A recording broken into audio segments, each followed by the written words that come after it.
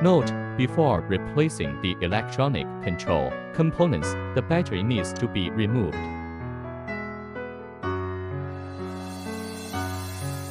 Use a 3 毫米 hex socket wrench to remove the water cup holder.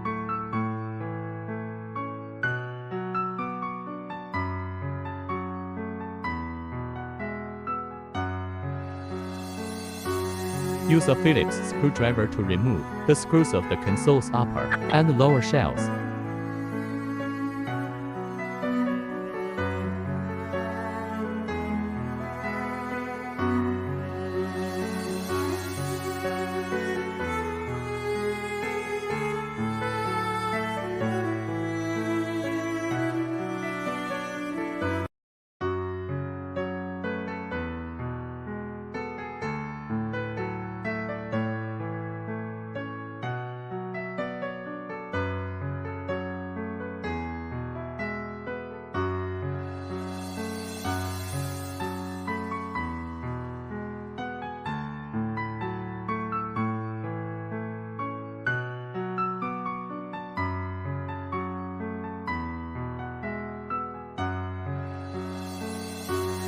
Use the pointed pliers to remove the front headlight switch.